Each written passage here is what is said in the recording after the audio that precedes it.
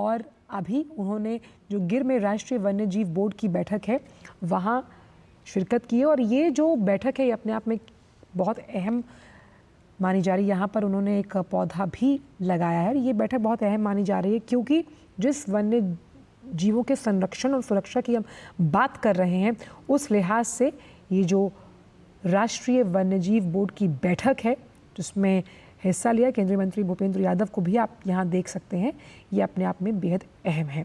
7वीं बैठक है ये। और एशियाई शेरों का एकमात्र घर यानी गिर, उसके लिए गुजरात के सीएम के तौर पर भी प्रधानमंत्री ने कई युगांतकारी फैसले लिए थे। और इस वक्त ये गिर में राष्ट्रीय वन्यजीव बोर्ड की बैठक चल रही है। National referral centre wild life Junagadh Gujarat, जिसका जिक्र किया गया था अभी हमारे संवाददाता द्वारा, उसकी भी आधारशिला रखी गई है। और जो 16वां एशियाटिक लायन पॉपुलेशन एस्टिमेशन है उसको भी, और कैसे अलग अलग जो कदम उठाए जा रहे हैं वन्य जीवों के संरक्षण के लिए, उन तमाम कार्यक्रमों में भाग लेते हुए प्रधानमंत्री नरेंद्र मोदी। तो प्रधानमंत्री ने गिर में राष्ट्रीय वन्यजीव बोर्ड की बैठक ली है। आपने अपनी तस्वीरों में देखा, यहाँ पर उन्होंने एक पौधा भी लगाया प्रासंगिकता के तौर पर, और सफारी करते हुए एक अलग अंदाज भी देखा प्रधानमंत्री का। वहाँ की विजिटर्स बुक में भी अपने विचारों को अंकित करते हुए प्रधानमंत्री नरेंद्र मोदी। और हमने देखा था कि सफारी में एक खुली जीप में वो सवार थे जहाँ उन्होंने माँ प्रकृति के साथ वन्य जीवों की फोटोग्राफी की है। और प्रधानमंत्री की अध्यक्षता में ये जो बैठक हो रही है, कई युगांतकारी फैसले कि वन्य जीवों के संरक्षण और सुरक्षा को कैसे सुनिश्चित किया जाए, क्योंकि कई जो वन्य जीव हैं वो विलुप्त प्रजातियां हो सकती हैं और उस विलुप्त प्रजातियों को संरक्षित करके इकोसिस्टम को मेंटेन करना ये प्रतिबद्धता है।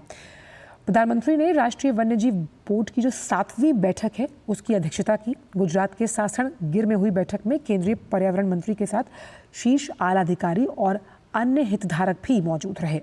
बैठक में वन्यजीव संरक्षण से जुड़ी जो तमाम पहल हैं, जो तमाम प्रयास किए जा रहे हैं, उन पर मंथन हुआ है। प्रधानमंत्री ने इसे लेकर महत्वपूर्ण सुझाव दिए हैं। प्रधानमंत्री ने वन्यजीव नेशनल रेफरल सेंटर जूनागढ़ की आधारशिला रखी। 16वें एशियाई शेर जनगणना 2025 पहल का भी प्रधानमंत्री ने शुभारंभ किया, जो हमने आपको अपने तस्वीरों में भी दिखाया है।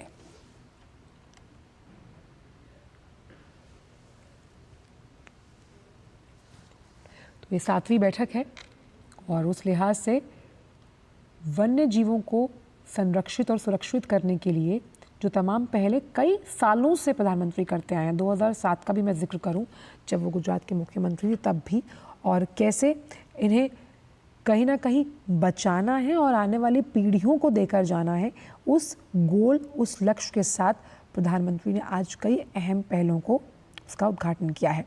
अब ये जो पूरा बोर्ड है जिसकी अध्यक्षता प्रधानमंत्री ने की है, उसमें कुल 47 सदस्य हैं। इसमें विभिन्न राज्यों के सदस्य हैं, NGO हैं, से जुड़े लोग हैं, वन सचिव आदि शामिल हैं। और एशियाई शेरों के एकमात्र घर सासण गिर में विकास के लिहाज से जो फैसले लिए जाने चाहिए, उन्हें संरक्षित करने के लिए, सुरक्षित करने के लिए, उस लिहाज से आज की ये बैठक बेहद अहम मानी जा रही है, क्योंकि देश विदेश से लाखों पर्यटक यहाँ आते हैं और वन्य जीवों की ज़िंदगी से उन्हें रूबरू करवाया जाता है, वो आनंद लेते हैं माँ प्रकृति का।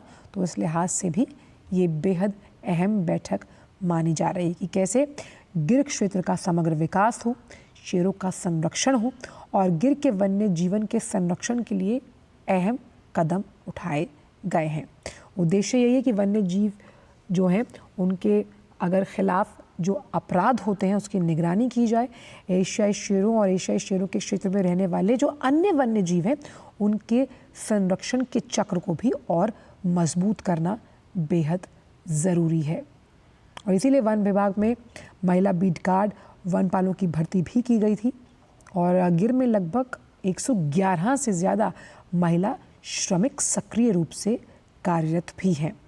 और गिर क्षेत्र के साथ साथ गिर शेरों की स्थिति की समीक्षा के लिए जूनागढ़ रेंज के जो महानिरीक्षक हैं उनकी अध्यक्षता में मंथली जो है वो बैठकें भी की जाती हैं कि भाई किस तरह से जो तमाम प्रॉब्लम एरियाज़ हैं उन पर फोकस किया जाए और जहां चेक्स एंड बैलेंसेस की ज़रूरत है उसे वहां सुनिश्चित किया जाए।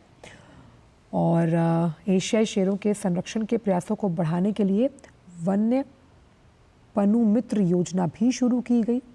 और इस पहल का उद्देश्य क्या था कि जागरूकता बढ़ाई जाए, शेरों और वन्य जीवों की गतिविधियों पर नज़र रखी जाए, उनके जो बचाव कार्य हैं उसमें तीव्र गति यानी मिशन मोड में वो काम किया जाए, क्योंकि जो अभयारण्य हैं वहाँ पर तमाम जो अन्य वन्य जीव हैं उनके जीवन की सुरक्षा को भी सुनिश्चित करना इस सरकार का प्रथम उद्देश्य है। और कैसे, जब हम गिर की बात कर रहे हैं, इन्हें पर्यटकों के लिहाज से एक उचित स्थान बनाना, कुछ ऐसा ही हमने काजीरंगा में भी देखा था। और हमेशा से प्रधानमंत्री की ये प्रतिबद्धता रही है कि जब हम माँ प्रकृति से, वन्य जीवों से कुछ लेते हैं तो ये हमारी नैतिक, मौलिक, सामाजिक और आर्थिक जिम्मेदारी है कि हम अपने कर्तव्यों का निर्वहन करते हुए माँ प्रकृति के प्रति जवाब दे रहें और पारदर्शी तरीके से उन्हें उनका जो कर है वो वापस दिया जाए। वो कैसे दिया जाएगा? जब हम एक जिम्मेदार नागरिक के तौर पर अपने आचरण में वो तमाम केंद्र बिंदु लेकर आएंगे। इसीलिए आप देखिए तमाम जो स्टेक होल्डर्स हैं, जो वन विभाग से जुड़े हुए हैं, आपके सेना से जुड़े हुए लोग यहाँ पर मौजूद हैं। तो अलग अलग जो जॉनर ऑफ पीपल हैं उनसे उनके सुझाव, फिर उन सुझावों पे अमल करना, जो सुझाव ठीक नहीं है उन्हें हटाना और जिन सुझावों पर काम करना है उसके लिए एक रूपरेखा, एक ब्लूप्रिंट तैयार करना। तो ये 7वीं बैठक है और इस 7वीं बैठक में भी एशियाई शेरों को कैसे आने वाली पीढ़ियों के लिए संरक्षित किया जाएगा, उस लिहाज से कई बड़ी पहलें और प्रयासों को लेकर मंथन हुआ है। क्योंकि इंसान और जानवर का बेसिक फ़र्क यही है कि हम में तर्क करने की शक्ति है जो जानवरों में नहीं होती। तो उस लिहाज से तर्क करना और तर्क को कैसे आप एक सकारात्मक पहल में तब्दील करते हैं, ये आपके पास ताकत, ईश्वरीय ताकत है, जिसका जिक्र प्रधानमंत्री कई मल्टीलैटरल फोरम्स पर कर चुके हैं। और किसी भी देश की जो वन्य संपदा है, वन्य जीवों की संपदा है, उससे उसकी आर्थिक गति भी परिलक्षित होती है कि भाई अगर गिर में बहुत से पर्यटक आएंगे तो जाहिर सी बात है सीधा सा इसका असर वहाँ की आर्थिक गति पर भी पड़ेगा। भाई टूरिज़्म बढ़ेगा। इस तरह से जो तमाम कदम उठाए जाएंगे वहाँ नौकरियाँ भी सृजित होंगी, असीम संभावनाएं हैं।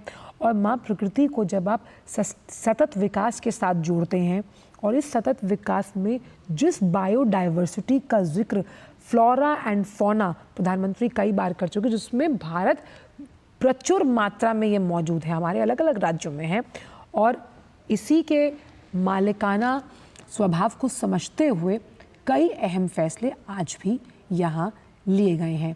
और 16वें एशियाई शेर जनगणना 2025 पहल का भी शुभारंभ किया गया, क्योंकि ये पहल बहुत अहम है ताकि नंबर से ये हम डायरेक्टली लिंक कर पाएँ कि तमाम जो कदम उठाए गए क्या वो कारगर साबित हो रहे हैं। अगर हो रहे हैं तो और क्या बेहतर करने की ज़रूरत है, नहीं हो रही तो कहाँ कमी रह गई है, उन प्रमुख लूपहोल्स पर भी मंथन होना ज़रूरी है। तो 16th Asiatic lion population estimation, इसका भी अनावरण किया गया। और human wild life conflict management, ये बड़ा इंटरेस्टिंग टॉपिक है कि जब वन्य जीव और इंसानों के बीच के इस कॉन्फ्लिक्ट को हम कॉन्शियसनेस में बदल दें और ये कॉन्शियसनेस एक कंसाइज रिजल्ट की तरफ आए, यानी जब आप और प्रकृति मिलकर इकोसिस्टम को सपोर्ट करें, बूस्टअप करें और ये इकोसिस्टम वापस ट्रैक पर आता हुआ वो तमाम सुविधाएं आपको देगा जिसके आप हकदार हैं। जिस ग्लोबल वार्मिंग से आज पूरा विश्व जूझ रहा है, जो तमाम मौसमी दिक्कतें होती हैं, उनसे अगर आपका इकोसिस्टम स्ट्रॉन्ग है, आपने बायोडाइवर्सिटी को मेंटेन करके रखा है और आप उसके प्रति रिस्पेक्टफुल हैं, तो आप देखिए कि इस इकोसिस्टम की जो पूरी चेन है वो उसी लिहाज से काम करेगी जिस लिहाज से उसे काम करना चाहिए। अब ये वन्य जीव नेशनल रेफरल सेंटर जो है, जिसका जिक्र तापस जो हमारे संवाददाता भी कर रहे थे कि भाई कैसे ये एक जानवरों के एम्स के लिए काम करेगा, क्योंकि वन में रहते हुए जिन जानवरों को अगर जो चोट या किसी दुर्घटना का अगर वो शिकार होते हैं और उन्हें त्वरित उपचार मिल जाए, तो ये आप मान के चलिए कि ये एक बहुत बड़ा ब्रेक थ्रू पॉइंट होता है। और एनजीओज़ का जो प्रतिनिधित्व इस पूरे बोर्ड की बैठक में रहा, वो अपने आप में ये बताता है कि सेल्फ हेल्प ग्रुप्स और नॉन गवर्नमेंटल ऑर्गेनाइजेशंस भी, उनकी भी जब हैंड होल्डिंग सरकार करती है, तो इस तरह के सेक्टर में, यानी कि जब हम वन्य जीवों के संरक्षण की बात कर रहे हैं, तो एक बूस्टर डोज ज़रूर मिलता हुआ नज़र आता है।